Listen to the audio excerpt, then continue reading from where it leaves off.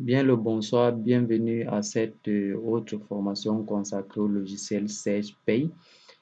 Alors, l'objectif de cette formation est de permettre à ceux qui n'ont jamais utilisé le logiciel Sage Pay de le découvrir et à ceux déjà qui ont des acquis par rapport au logiciel à parfaitement le paramétrer pour le calcul des salaires.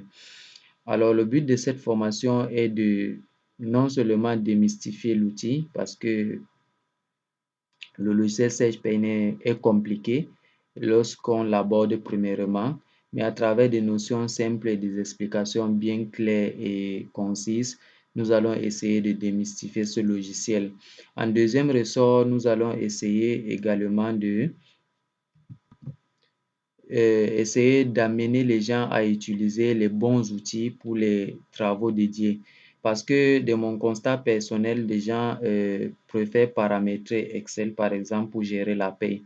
Oui, dans un premier temps, c'est une bonne idée, mais à la longue, c'est une très, très mauvaise idée lorsqu'il va falloir intégrer des éléments variables de salaire tels que l'ancienneté, les congés et autres. Donc, le mieux pour vous, c'est de vous familiariser à un outil dédié pour ces travaux-là. Et le logiciel SagePay a toutes les fonctionnalités relatives à la gestion de la paye et des ressources, de la ressources humaines. Alors, comme perspective pour mes vidéos de formation, d'habitude, je donne toutes les bases nécessaires. J'essaie de toucher toutes les notions importantes et en retour, j'attends des commentaires et je vais dire comme une sorte de vidéo de formation à la demande. Donc, si par méga, je n'aborde pas certaines notions, par exemple le calcul même de la paye ou bien le rappel sur les techniques liées au calcul des salaires, alors vous pouvez faire une demande et je pourrais faire juste des vidéos dédiées aux opérations sur les salaires uniquement pour essayer de comprendre par exemple comment calculer l'IRPP, comment calculer les autres retenues salariales et toutes les autres choses et aussi essayer de décortiquer par exemple les différents textes de loi qui régissent les salaires au Cameroun. Mais pour cette vidéo uniquement, nous allons nous concentrer, je veux dire, uniquement sur Sage Pay et RH avec ses différents modules. Donc, nous allons certes effleurer quelques mécanismes liés au salaire, ça c'est indéniable, mais nous n'allons pas entrer dans les détails. Donc, nous supposerons que tout le monde qui suit ces vidéos, donc a une base au moins sur le salaire. Néanmoins, je ferai des rappels sur le mécanisme de retenue sur salaire, d'éléments sur salaire et autres, afin que nous ayons une même longueur d'onde pour le travail. Alors, nous allons aborder cette formation en 10 chapitres et nous allons essayer de regarder le contenu de chaque chapitre. Donc, en introduction, nous allons voir quels sont les prérequis. Donc, nous allons faire un rappel sur le mécanisme de salaire au Cameroun. Donc, je précise bien au Cameroun quand il s'agit, nous allons utiliser dans le cadre de cette formation la législation camerounaise en matière de salaire et de la paye. Donc, nous allons utiliser tous les textes de loi qui régissent la paye, pas en profondeur, mais juste pour pouvoir paramétrer notre logiciel afin qu'il soit prêt pour une utilisation aussi bien éducative que professionnelle. Je rappelle également que la vidéo peut être suivie aussi bien par des étudiants qui souhaitent acquérir ou bien approfondir leurs connaissances que des professionnels qui exercent déjà. Donc, en prérequis, nous allons faire un rappel. Il s'agit juste de faire un rappel, pas de faire et d'énoncer les prérequis. Donc, on fera des rappels et on va énoncer quels sont les prérequis pour le paramétrage. Nous allons, en deuxième point, présenter le logiciel et ses différents modules parce que SagePay vient avec plusieurs modules et chaque module est spécialisé dans un métier bien donné ou bien dans un domaine bien précis. En chapitre 2, nous allons voir la structure organisationnelle de l'entreprise. Elle ne sera pas bref, elle dépendra de votre entreprise, mais nous allons voir les quelques éléments clés qu'on retrouve dans chaque entreprise. Donc, nous allons essayer de créer un planning hebdomadaire et un planning annuel d'une société fictive qu'on aura choisi. Donc, ça fera partie du module de gestion des temps. Nous allons, par la même occasion, créer un établissement, créer les départements, créer des services, créer des caisses de cotisation, créer des postes de compétences et des emplois types. Donc, pour la structure organisationnelle de l'entreprise, nous allons nous limiter à cela. Mais si besoin se précise avec le temps ou bien avec la progression des vidéos, nous allons toutefois rappeler que tel élément fait partie de la structure organisationnelle de l'entreprise. En deuxième partie, en grand B de ce chapitre, nous allons voir la structure de la paye. Donc, c'est le socle de cette formation. La structure de la paye, c'est ce qu'on aura à paramétrer. Mais avant cela, on va définir les termes. Donc, histoire d'avoir une même base de travail ou bien des mêmes terminologies. Ou si vous voulez être sur la même longueur d'onde, donc nous allons définir ce qu'on entend par rubrique, par constante, par bulletin modèle, par bulletin salarié, par nature d'événement et s'il y a d'autres définitions qui sera vraiment importante, nous allons essayer de l'introduire, histoire que chacun puisse, en fait, que nous tous qui suivons cette formation puissent avoir les mêmes terminologies, les mêmes idées de thèmes. Et nous allons par la suite créer des rubriques de salaire telles qu'on le retrouve sur les bulletins de paye. Vous savez qu'un bulletin de paye est constitué de rubriques, les salaires de base, les salaires des heures supplémentaires, les autres rubriques que vous pouvez retrouver sur un bulletin de paye. Ensuite, nous allons créer des constantes. Nous allons créer beaucoup de constantes parce que le socle même des calculs sur le logiciel Paye se fait à travers les constantes. Ne vous inquiétez pas, nous y reviendrons. Nous allons expliquer ce qu'on entend par constante et voir à quoi exactement une constante permet. En fait, quel est le rôle d'une constante dans le logiciel SagePay. Ensuite, nous allons essayer.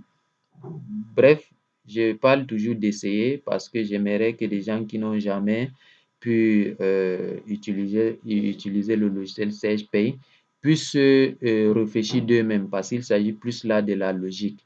Donc, peut-être ce que je ferai ne va pas arranger la logique d'une autre personne, mais de toute façon, en essayant ensemble de trouver la bonne façon de faire, on va parvenir à paramétrer complètement notre logiciel. Donc, il ne s'agit pas ici du mécanisme, il s'agit plus de la logique, car la façon dont moi, par exemple, je vais calculer l'IRPP dépendra de ma compréhension ou de ma logique. Une autre personne pourra utiliser une autre logique et parvenir toujours au même résultat. Donc, c'est pourquoi je dis essayer. Mais sinon, on va explorer toutes les possibilités si le temps nous le permet.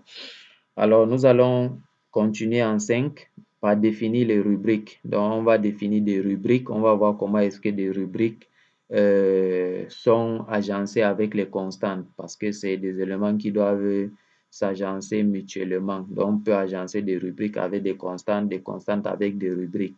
Ça également, il faut le mettre en tête. On va y revenir.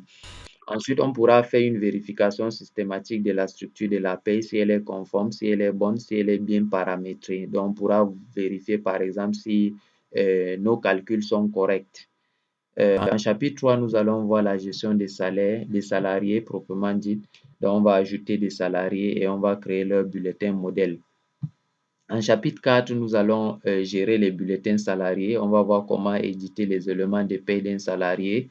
Par exemple, lui donner une prime de poste, lui donner un salaire de base, lui donner par exemple des congés, des heures supplémentaires et autres.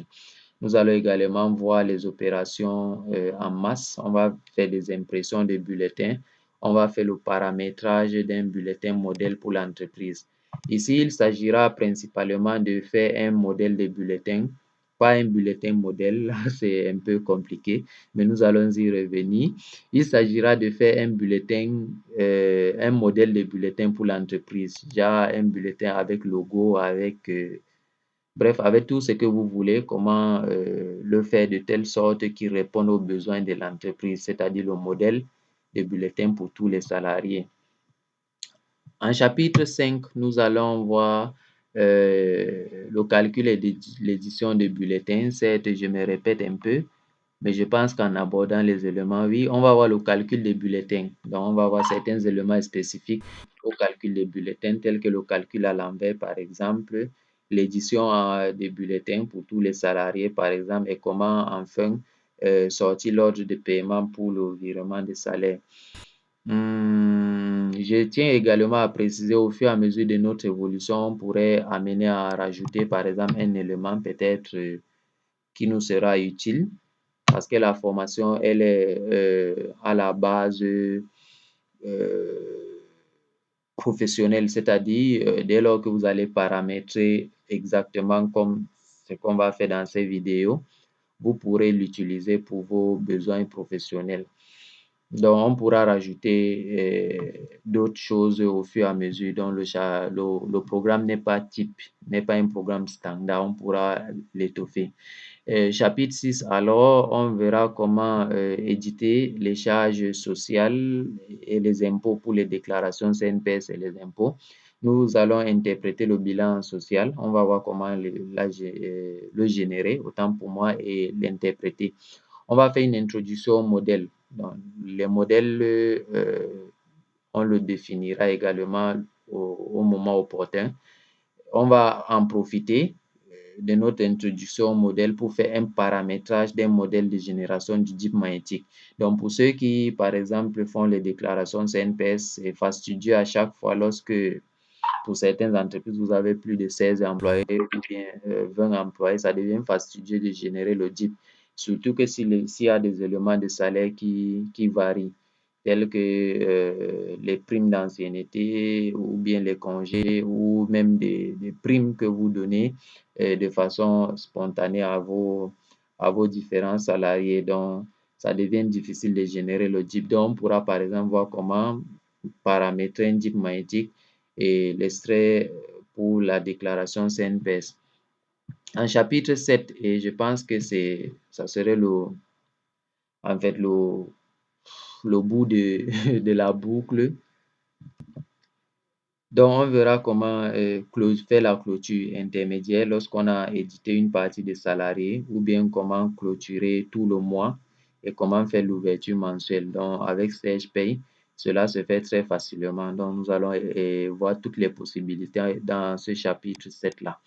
Alors, en chapitre 8, nous allons faire le pont entre SagePay et les autres, le module de comptabilité plus précisément. Nous allons aller du paramétrage comptable jusqu'au transfert comptable. Nous allons paramétrer les comptes et nous allons donc voir comment transférer les écritures de la paye en comptabilité. En chapitre 9, nous allons voir quelques opérations spécifiques si le temps nous permet. Si le temps ne nous permet pas, je pense par exemple au congé qui est un peu plus volumineux, qui demande beaucoup d'explications. Je pourrais le faire ici ou bien sur une vidéo à part entière ou bien sur un autre module à part entière pour traiter de ces opérations spécifiques-là. Mais néanmoins, nous allons quand même voir comment ajouter une nouvelle rubrique telle que l'ancienneté, par exemple, et comment faire à ce que cette ancienneté soit calculée de façon automatique je pense après chaque 2 ans, vous avez droit à 4%. Après 2 ans, vous avez droit à 4% et 2% par année supplémentaire. Donc, nous allons voir comment paramétrer cela pour que cette rubrique-là soit générée de façon automatique. Nous allons aussi faire la gestion des avances et acomptes. Nous allons voir comment faire la gestion des prêts parce que les entreprises font des prêts aux salariés. Nous allons faire une brève introduction aux natures d'événements. Peut-être les natures d'événements feront l'objet d'un autre module de formation si le temps ne nous permet pas parce que l'objectif également n'est pas d'alourdir les vidéos, c'est de permettre à tout un chacun en peut-être 1h30 de faire une prise en main du logiciel ou maxi 2 heures. Donc, nous allons voir également comment paramétrer les heures supplémentaires, paramétrer les congés, la gestion des absences, la gestion des congés proprement dites et enfin, nous allons voir l'import-export des données. Donc, pour cette partie ou bien pour ce chapitre 9, je ne vous promets pas qu'on va aborder toutes les notions, sinon ça va un peu solidifier, ça va rendre un peu plus consistant le programme, car l'objectif ici, c'est de vous familiariser à la prise en main, c'est-à-dire les petits paramétrages, les notions de base et l'utilisation même du logiciel. Quand on a tué d'événements, ça fait appel à des notions un peu plus avancées. Donc, on va les introduire, mais on va plus les approfondir dans des vidéos annexes. Enfin, pour clôturer notre module de formation, nous allons faire la maintenance, voir comment maintenir un fichier de paye si jamais on rencontre un problème. Je pense qu'on est arrivé au terme de cette séquence, de cette première séquence de vidéo. Sur ce, je vais vous dire à la prochaine. Bye bye.